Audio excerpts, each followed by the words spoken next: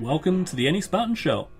On this episode, we're wrapping up the Obstacle Course Race World Championship weekend with Sandy and Josh. They talk about the relay race, the team race, Make-A-Wish race, and also the weather. We talk about their highlights, their lowlights, a whole bunch of upcoming stuff too. Enjoy the show.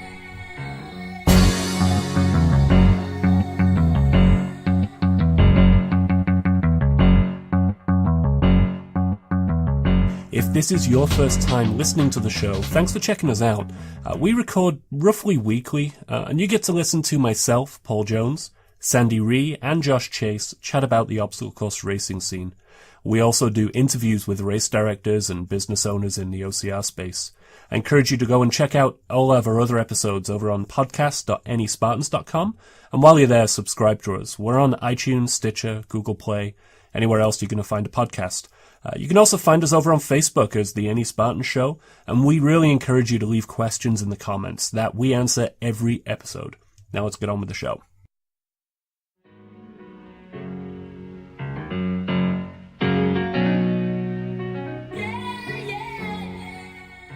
Let me share a personal story. So ever since Cupids of last year gave us those pair of MeUndies underwear, I will literally not wear another pair of underwear that is not MeUndies. It's the most comfortable underwear in the world.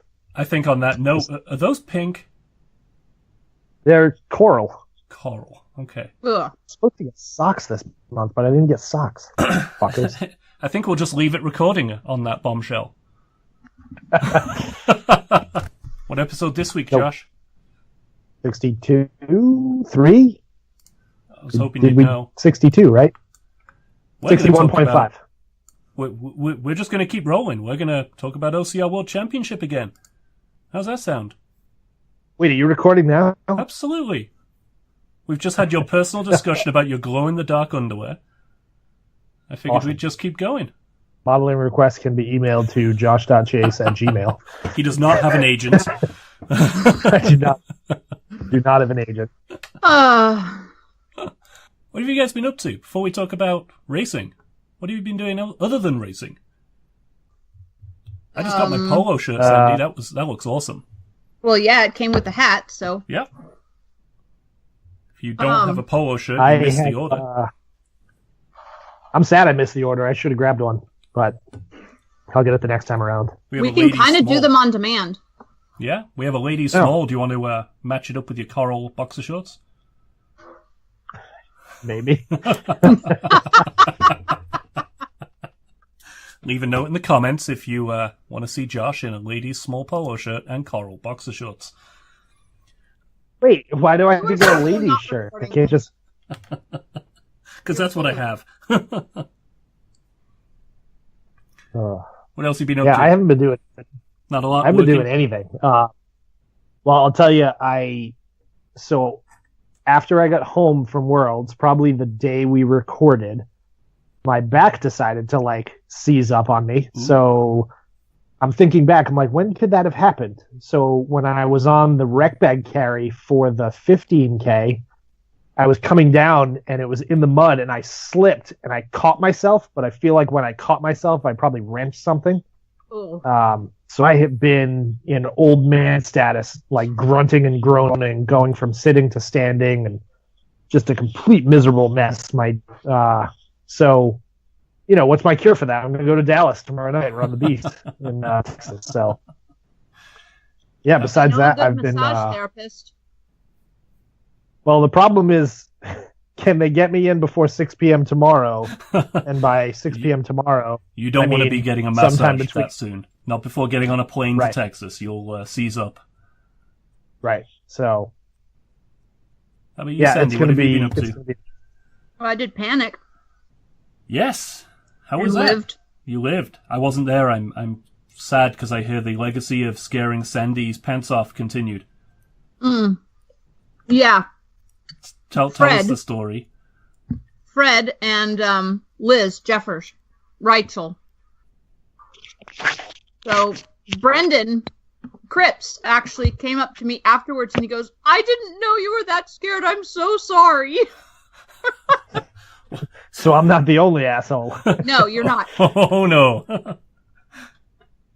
Josh snuck up on me one night a couple weeks ago, and an hour later I was able to show him on my watch exactly the moment that he did, looking at my heart rate. So, but Fred was kind of an ass. He knew, and he was doing it intentionally. Of course. So he got punched. Well, I mean, you showed up, so that's kind of like inviting it. Yeah. So. Did either of you come down with the Canadian plague after OCR Worlds? Because it seemed like everybody was sick. Well, I'd almost rather take the Canadian plague than this back injury that I'm suffering through right now. I feel like I'm 112. Ugh. My whole left side is angry at me. My left knee, my left hip, my left shoulder. I have a question about Panic. So Fred put up a update for people that had the chance to win lifetime entry into Panic in the Dark races. And in order to do so, he gave everybody at the beginning of the race one of the red balloons on a white string. And you had to run the entire race without having your balloon stolen or popped, right? Mm-hmm. And you weren't allowed to tie it off. You had to hold it. You weren't allowed to shove it under your shirt. You weren't allowed to tie it to your wrist. You had to actually hold the string the whole time, and if you dropped the string, it was gone. And so they were helium-filled balloons, right? Yes. I'm waiting for, Fred to get a citation from the city for unauthorized release of multiple balloons into the environment. Did anybody, did people finish with the balloons at the end of it? I would say somewhere between a third and a half. Oh, wow. And it wasn't everyone who finished. It was a raffle, right? Mm-hmm. Yeah. Okay. If you finished with your balloon, you had the photographer take your photo with showing your bib and your balloon. And then those people were entered into a raffle and one was chosen. Now, I wonder if he ever chose, because he was on a flight to LA or San Diego or somewhere in California the next morning at 6 a.m. Yeah, he's still there. So I don't know if he's actually drawn yet or not. I can't imagine running in the dark, chased by zombies, with a red balloon following you. Mm-hmm. So, and as Probably always, funny as hell to watch. Yeah. The zombies weren't allowed to touch you, of course. Yep. But not only did they run us through the school, they ran us down through the basement of the school. Oh, fun. So you went in and then down the stairs, and they had all the friggin' kids in the basement. So For those Janine, to her credit, got through because she was chasing us, trying to catch up to us, and she was trying to catch up to us before the school. And she didn't make it. So she went through there by herself. So if you haven't done A Panic in the Dark, Fred does a killer job with atmosphere. It's not a particularly difficult course. It's not a particularly long course. But that school portion, holy crap. So, Sandy, you say they went through the basement this year. Because Yes, the years I've done it, we once ran down a corridor full of mousetraps, through a room full of TVs tuned to static, which, if I recall, you don't have any recollection of at all, right, Sandy, despite running through it, towing Amy? Oh, no, I remember. Okay, all right. I remember the televisions. He's turned it into a maze where you had to figure your way through the school. And this is just like an elementary school, right? So I don't know what kind of school it is. But you said this year he went through the basement. Yep, we went through the cafeteria just like before, through the hallways. No mouse traps this time, though. Okay. But still people jumping out at you from down the hallways. So one of the years I did it, I'm running down the group run down the corridor in a group of people, and I'm near the back, I guess, and everybody in front of me parts around what I couldn't see at the time, and as I almost plowed into her, it turned out to be Fred's daughter, dressed up in scary clown makeup. She looked right up at me, and dead in the eyes, and screamed like bloody murder. I think I leapt over her at that point. Holy crap. His kids get into it. Oh my god, yes. So in this year, he had what we are dubbing the prison twins. They were out on one of the trails somewhere. I have no idea, but it was after the school, kind of getting towards the end. And these two guys would just walk behind you. Can't touch the people. We can't touch the people. Not allowed to touch the people. Can't touch the runners. Can't touch the runners. Can't touch the runners. Not allowed to touch the runners. Can't touch the runners! Just freaked the living daylights out of us. And I turned around at one point and said, dude, do you want a hug? And he was like, no, can't touch the runners. Can't touch the runners. Can't touch. We're not allowed to touch the runners. Can't. And oh my God. And there were two of them, and they both did the same sort of thing, and it was just crazy.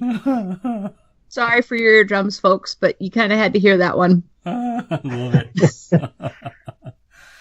All right. So the purpose of today's show is to round up OCR Worlds. You guys wanted to talk about the Sunday. So Sunday was the Sunday team to Sunday, race, the best day. Make-A-Wish, and then the long ass drive home, right? Yes. It wasn't that long. Actually, it wasn't 10 too hours. bad. Yeah, I'm just amazed you can walk on Sunday after what you do Friday and Saturday. Well, I mean, We were in pretty good shape on Sunday. Everybody in our house. Later, so, Say again, Yeah. Josh.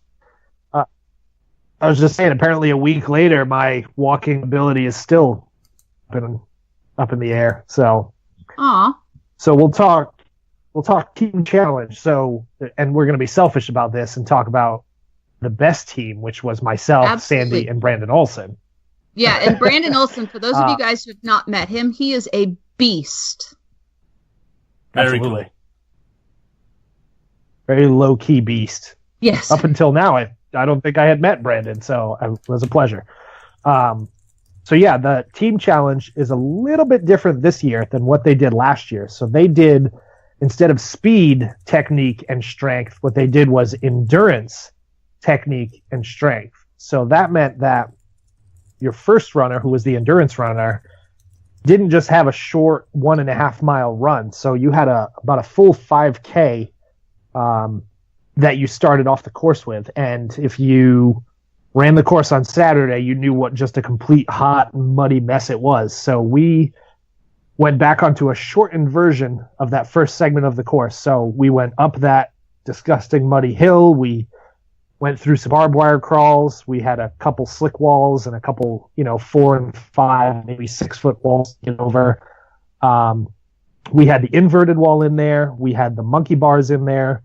And we had the 14-foot ramp wall from Mud Hero. So we had, on the endurance side, we had, a lengthy distance run.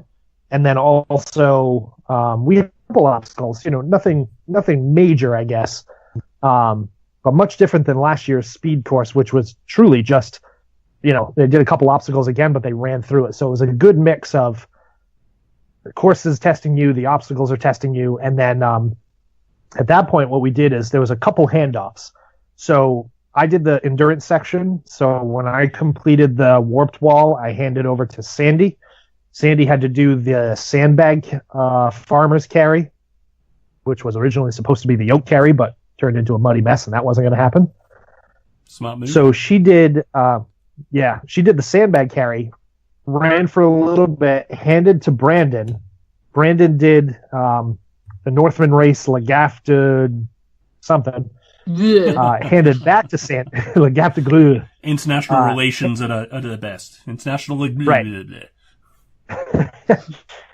So he handed back to Sandy, and then Sandy did another strength test. So she did the rec bag carry as well. So this year, endurance person got a much longer run than speed last year with more obstacles.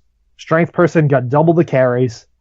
And then the obstacle person, Brandon, also got hit with a handful of obstacles. So he ran out to the rope climb and did the rope climb. And this was when it was pouring rain out. I thought they left the rope climb off. No, he ended up doing the rope climb. He said. Okay. He then did the Battle Frog rig, immediately followed by the Orange Platinum rig, immediately followed by Skull Valley, immediately followed by Skyline, immediately followed by the Indian Mud Run hanging walls. Wow. Yeah. So no rest for the obstacle person either. And then and he did it probably fast. Oh yeah. I thought I had a few minutes to go and watch the crowd jump over the wall. No. And he was back in no time flat. So, and then once he finished and came over the cargo net for the Indian Mud Run walls, we all met up at the base of the knot wall, as they called it. And we didn't necessarily need a lot of teamwork to get over it. I stood on Sandy's shoulder to get up, and then she got up the wall by herself, and then Brandon was like that old Batman and Robin show where they looked like they were walking up a wall, but they were really just the camera was turned the wrong way. He went up that wall like it was absolutely nothing. So the three of us got up and over that with relative ease compared to an hour later the people that were out there in the next wave, and it was pouring rain and just a huge slick mess. I really liked the team course this year. I think they did it really well, and I think it was a good balance of speed, strength, agility, all that, and our team proudly all kept all three of our bands. So and who did you beat, Josh? Who did we beat? Oh yeah, we beat. So we beat Matt Davis's team, and before Matt Davis can listen to this and make the excuses that he was wearing somebody else's shoes because apparently he showed up and didn't have shoes on, I'm running with him. Yeah, I'm running with him on the endurance course, and I was like, "Who are your two other people?" He's like, "Just a couple people I found." I see him at the Northman Race Obstacle, and he's got a Spartan Race Pro runner with him. I was like, "You sandbagging son of a bitch!" But we beat them because their obstacle person did not keep their band. So no matter how fast they went, we still beat them. There you go. And I have to say kudos because granted, I had 2 strength portions, but number one, I thought for sure they were going to have us carry 2 sandbags for the strength portion of the team, but they only made us do 1. I think in part because of how slippery it was. And on the rec bag, my only goal was to not fall down. And I didn't. I kept my feet through the whole thing, and I don't think very many people did that because it was super, super slippery. But kudos to Josh on his end because he says, "Oh, it was just a slip wall," and "Oh, it was just the 14-foot, was it Mud Hero? Who is Mud Hero? Yeah, Mud Hero warped wall." But on Sunday, those things were so incredibly slippery. The ropes were slick with mud, and it felt like they had been greased. So the fact that he got through both of those without any issue is impressive as all hell. And then Brandon got through all of his stuff. And again, I got to the rope climb late on Saturday for the 15K. I couldn't get off the ground because it literally felt like it had been greased. There was so much mud in the grain of the rope that it was almost impossible to grab. So the fact that they were able to do so much with such conditions is just impressive as all get out. All I had to do was carry heavy stuff, and I can do that all day. So it was funny when I handed over to Sandy, she's like, "I'm just gonna go step by step and take it nice and easy all the way up the mountain." And she was like a metronome walking. It was just step, step, step, step, step, step, just all the way up, all the way down. So slow and steady wins the race, right? Yep. And keeps a band. Also true. Well, congratulations on the band. And then you went right back to the start line. Yes. And oh my goodness, the Make-A-Wish. So Make-A-Wish is something that they do. And we had a lot of people kind of worried in our group in particular. What if I can't do this? What if I can't do that? It's like Make-A-Wish is anything goes. Mm-hmm. You're paying your money to a charity. You can treat the course as you wish. Did they give you bands for it this year? No, they did not. Good, that was smart. So I thought for sure they were going to, but again, differentiate them somehow, but they didn't. So that was fine. So our group decided, okay, I don't want to go up that hill again in the mud where there was absolutely no footing.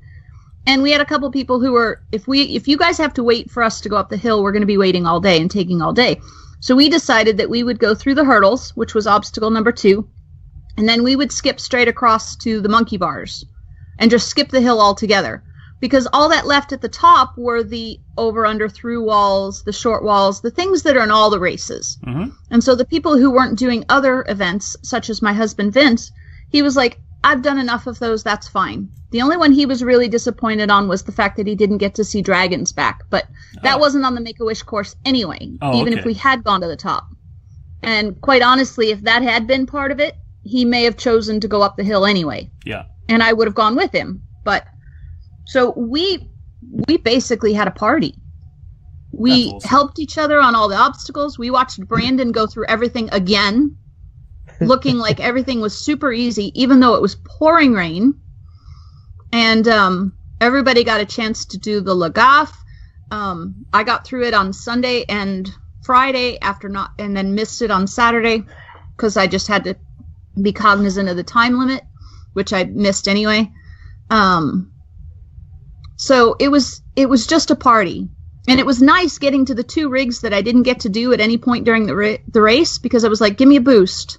So got up on it, and the skulls, I got across the skulls with no problem. Just needed to reach reach them. them. Well, this would have been nice had I been able to start it. I would have had a flying chance at it. So anyway, it was interesting, and we really did have a great time. And we were pacing, our little group was pacing almost identically with the MIT team. And oh my gosh, were they fantastic. So shout out, if anybody on the MIT team is listening, you guys were fantastic. We were struggling with the warped wall because it was so slippery that you couldn't get any purchase with your feet at all. And they built a pyramid. They got me up. They got Debbie up. Vince got up. He didn't need them. He was able to get up. And it was just greatness. And then under Skyline, there were 2 of them kind of tossing around with each other in the hay. I ran over and tackled both of them. I was like, hey, if you guys are wrestling on the ground, I want a piece of that. So I went over and laid both of them out. It was quite funny. So we definitely had a good time. The Make-A-Wish is just absolutely, if you don't do anything else, do that. Yeah, Make-A-Wish was a great time. And trust me, we weren't the only ones to divert the course. So, oh, no. A ton of people did. As we were, like, you guys broke off on that first hill, and we're like, we'll go a little bit further. And then we went around the corner, went up the hill again, and we're like, that's far enough. We just, at that point, I just wanted to get on the obstacles and play around and run over and see things. And, you know, it's a good way to just see the course, especially if you, like Vince, who didn't get a chance to run throughout the week. So, you know, pretty cool way to see the course. And compared to last year, I don't know the numbers, but our wave was humongous this year for Make-A-Wish. So I really feel like he had a much larger group of people, because it was the largest wave of the weekend, I think. It was humongous. It was like, just looking at it. Yeah, and I heard that they had to quit selling tickets because they pretty much were maxed out. I'd believe it. I mean, people don't... I think this happens with the OCR Worlds every year. They do something new, nobody does it, and then the next year everyone realizes they missed out on something really cool and special, so everybody dives in on it. Yeah, they'll have to give warnings, though, next year, because this year they were saying, oh, you can sign up morning of, you can sign up morning of, and whereas you could sign up, I think, morning of or day before, at some point I think they got to the point where they were like, we can't have any more people because it's already super packed. Too many people. Massive. So that was that. It was just such a great way to cap off the weekend. And for those of us that run obstacle course races, for the camaraderie and the helping each other and, you know, getting to stand there and let somebody climb on you to reach a goal that they can't reach on their own. I mean, I've said it before, I could do that all day and just be happy as can be. And the heck with, you know, if I'm super competitive, if I'm the fastest or anything like that, because that's not really the reason I do these races. So Sunday, it gave us an opportunity to experience the same course in that respect, which I love that they do. Yeah, it's a neat concept, especially getting a lot of people who didn't run, couldn't qualify, were spectating, volunteering out there. I mean, like Vince. You know, Vince, if you are not aware, Vince was taking a ton of photos.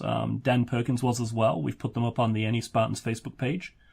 You can go find them there, tag yourselves and share them. But that's what Vince was doing for the prior 3 days or 2 days. Mm-hmm. So I'm thrilled to see him getting out there and having fun. And it sounds like he had fun on his once a year OCR or once every 2 years OCR. Once a year. Once a year. So yeah, he did. And except for the fact that he hurt his shoulder. Oh no. He seems to do that when he hangs from things. I can sympathize. Yeah. Yeah, if you haven't seen Vince's pictures of him trying to navigate the platinum rig, do yourself a bloody favor and navigate to Vince's page and look at him just doing a complete like acrobatic split in between the rings of the platinum ring. It's absolutely hilarious. We saw that photograph, and Vince was commenting. He was like, "Wow, I didn't realize I could go that wide." He said, "It's amazing I didn't break." That's hilarious. So, yeah, speaking from experience, he doesn't normally do the splits quite like that. So, or at all. So yeah, it was a fantastic time, and the pouring rain was just interesting because literally by the time we were done, it was just torrential. That last wall in the pouring rain was just really a blast. Was it as much of a horror show as last year with people being dragged up by their clothing and pushed up, pulled up, yanked up? Yeah, pretty much. Okay. Yeah, that was hilarious. To watch. I don't think Josh had to take his shirt off, though. We didn't have to last time. He just enjoyed it.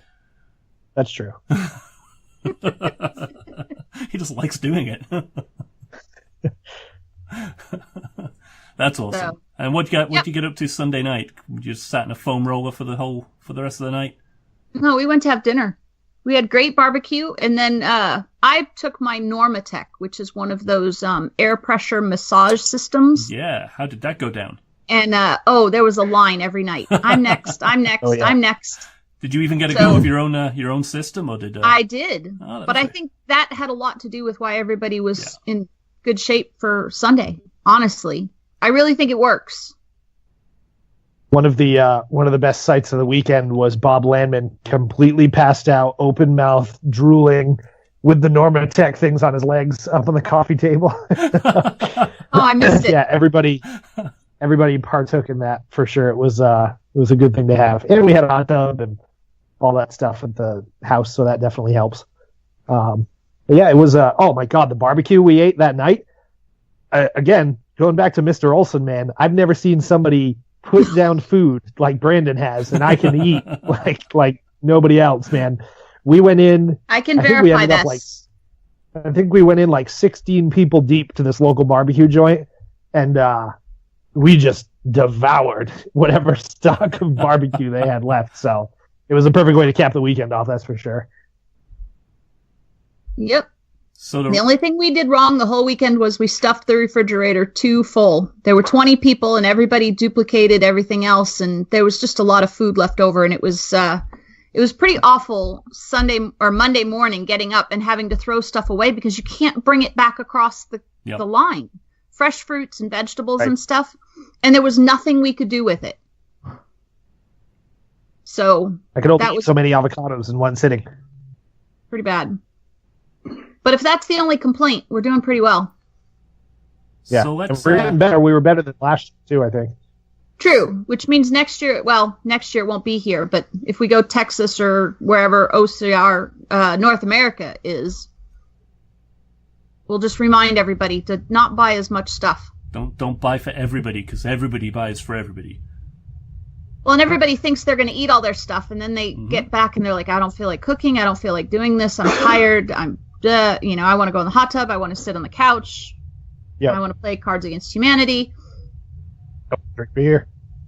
Yeah, I want to drink beer. All the beer made its way back over the border, so that's not except everything. For the Bud Light.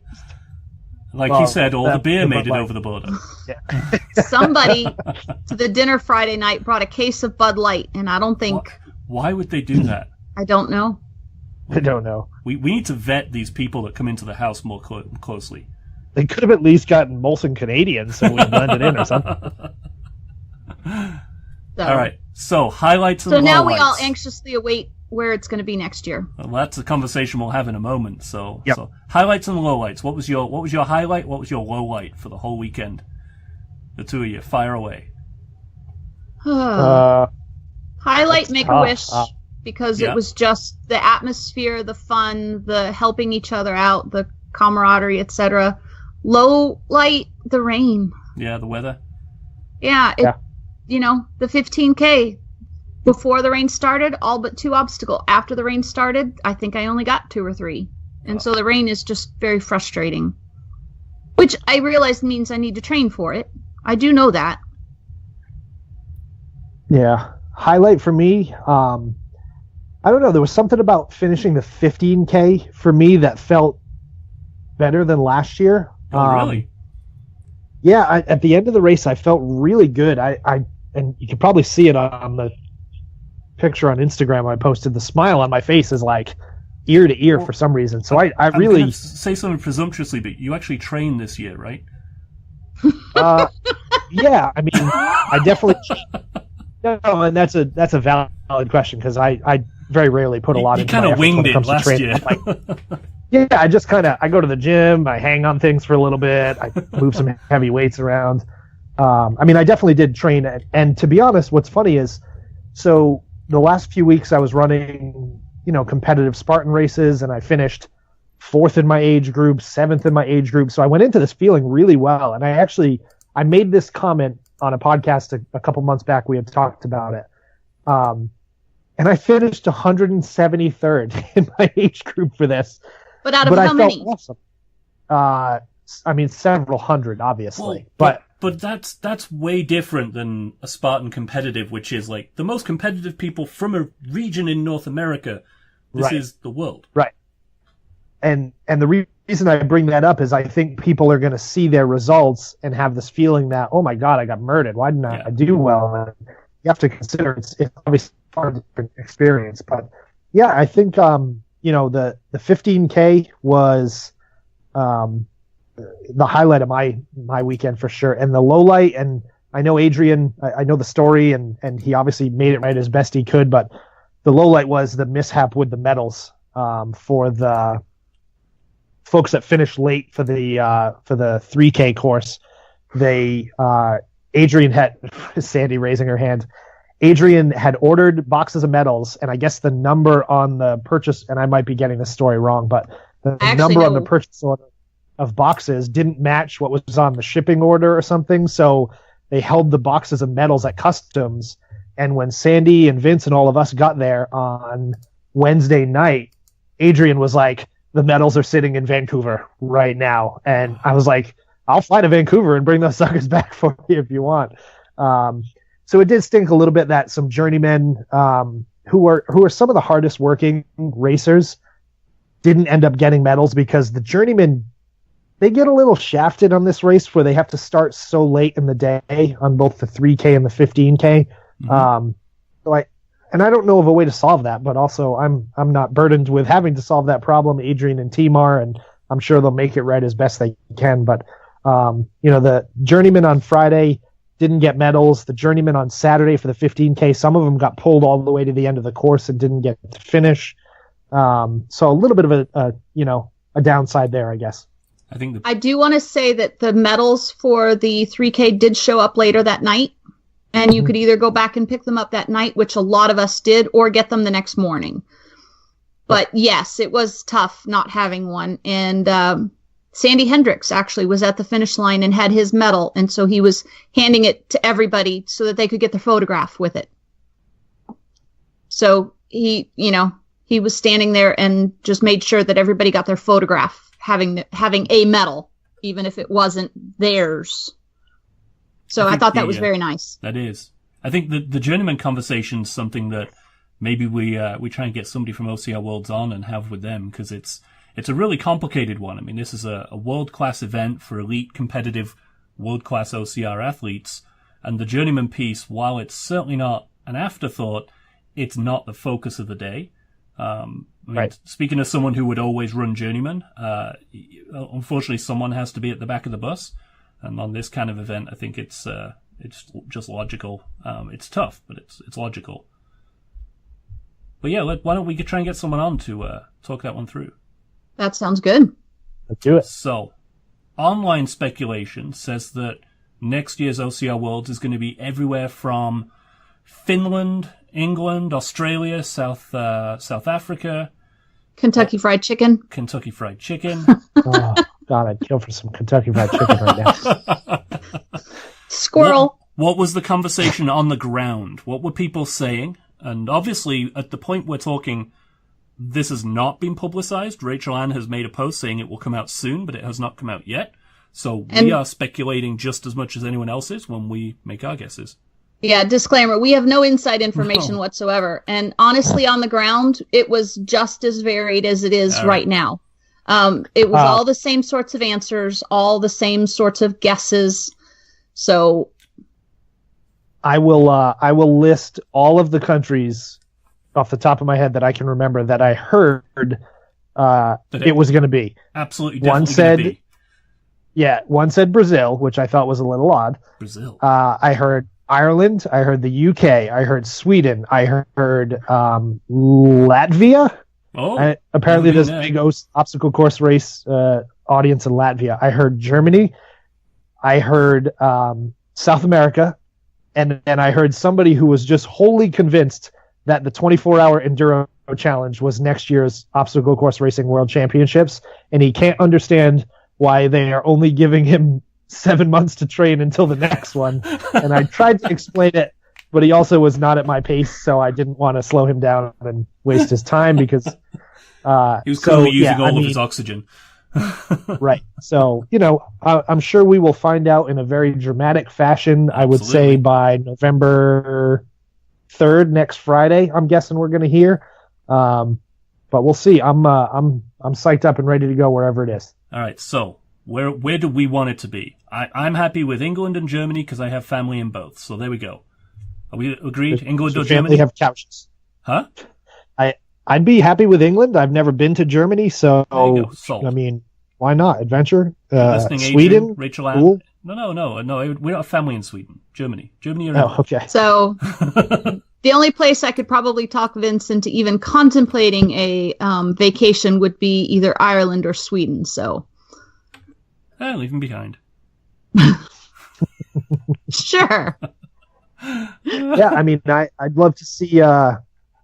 Think of the excitement if he does a big dual announcement, right? So he announces where the 2018 World Championships are going, and at the same time he announces the North American Championships apparently as they're going to be. He's not going to do that. Never do. He's not going to do it both at once. No. He likes to tease way too much. He would lose 2 opportunities to tease people.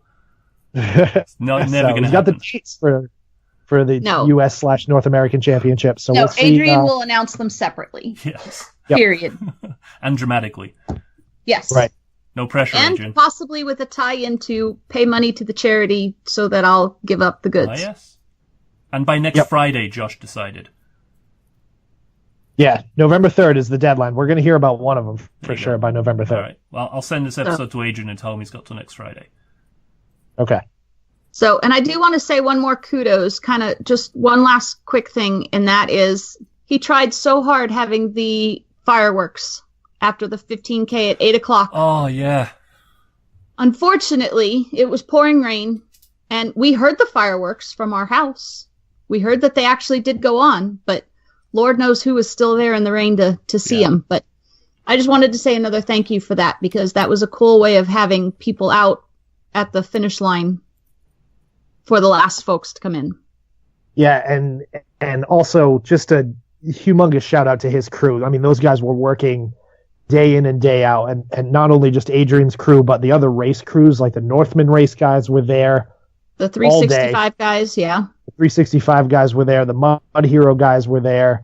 Hubie Cushman, obviously, he not only helped build, but also ran. I saw him out on course. Rachel Ann I don't think she made it more than 20 feet away from that desk she had to be positioned at the entire weekend. Margaret Schlachter was just everywhere on that course. So the whole group of them, they put in just amazing work. So it's, they do this all, and it's a almost semi-thankless job with all the rah-rah that goes on Facebook and the stuff that people, get all excited and upset about. But it was an awesome time, and I've got some sweet ass gear to rock for the next year until I spend a few $100 more on next year's gear. So, well, they get lots of thanks and kudos, but it doesn't outweigh the amount of crap they face in the weeks prior and definitely on the weekend itself. Yep. All right. So what's next? What's coming up? Fenway. Don't you have? I leave another big. I leave for Dallas in less than 24 hours. A bunch of people have the Ultra Beast and the Beast tomorrow for Dallas. If you listen to this on the way down, good luck. Yep. And then next weekend is Fenway. Yeah. And then the weekend after that is World's Toughest Mudder. You started your training yet, Sandy? My wetsuit came in the mail yesterday. Oh, good. Make sure you try it on and test it. I already tried it on. I do have to test it. I got front zip 2-piece, so... Go sit in the bathtub. I can get it on and off. No, I can get it on without assistance, but I can't get it off without assistance. Well, you'll have assistance there, and it's pouring rain outside. You can just go outside and run around in it. That's true. Just go roll in the mud. So we're going to have to keep tabs on you, Sandy, and how your prep is going, because I think your first time at World's Toughest, I think a lot of people will be living vicariously through you. And I think that we're up to 3 Spahtens now. Okay. Myself, Leah Collins, and Mike Stefano. And you've got some crew going with you, right? You're Vince. obviously Vince. Is That's Josh? it. Not Josh?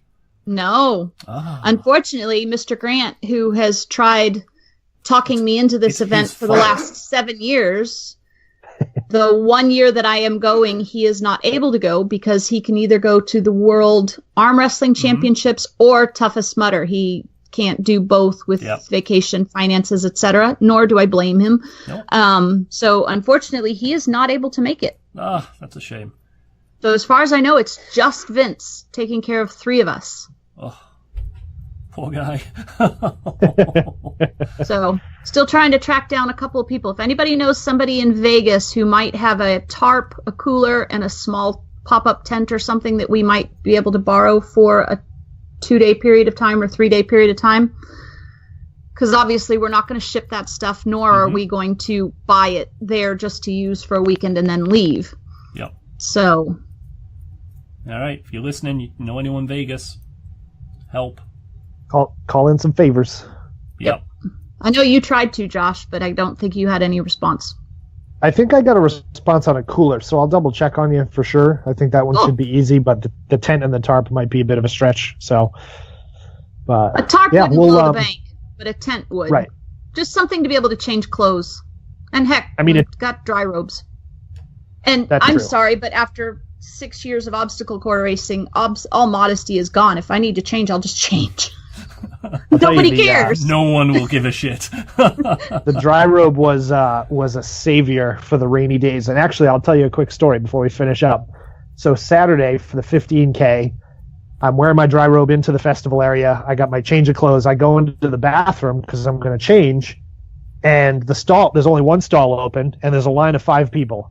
And I was like, well, shit, I'm not going to make my heat. It's like 40 minutes before my heat. And I was like, wait a minute. Why am I wearing this dry robe if I can't just change? So I just dropped trow inside the dry robe right in the bathroom, changed, and then immediately after changing realized I had left my bib and timing chip back at the house. So I then sprinted over to Sandy and Vince, and I said, we need to go get the car because I forgot my bib.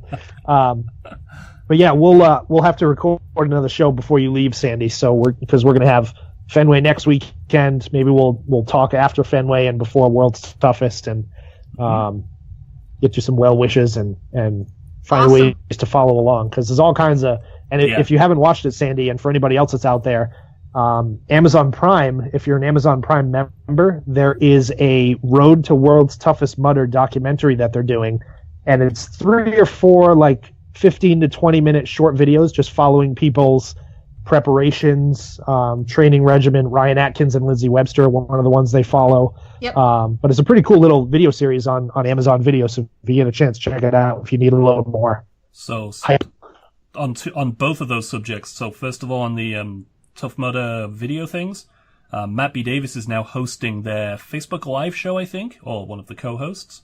So he posted today he's doing that for them. And also on dry robes, I just got some data today on what dry robes are in stock, and we can open up a team dry robe order. So that will be happening in the next few days, and hopefully we can hit the minimum order and get some more dry robes out there. Yeah, it was pretty cool at Worlds with the number of people who had them. They were everywhere. You couldn't go anywhere without seeing one. And they're the nuclear awesome. dry robes are really cool. Yeah, the Europeans can get a lot more customization than we can over here. There's reasons for that, but at the end of the day, it's a cost and availability thing for us. We can get our logo, and that's it. But some of these guys have got some amazing dry ropes, really cool ones. All right, guys, should we call it? We'll call it. Yep, you've got some editing to do. I do. Good night, guys. Good night. Good night. As always, guys, thanks so much for checking out the show.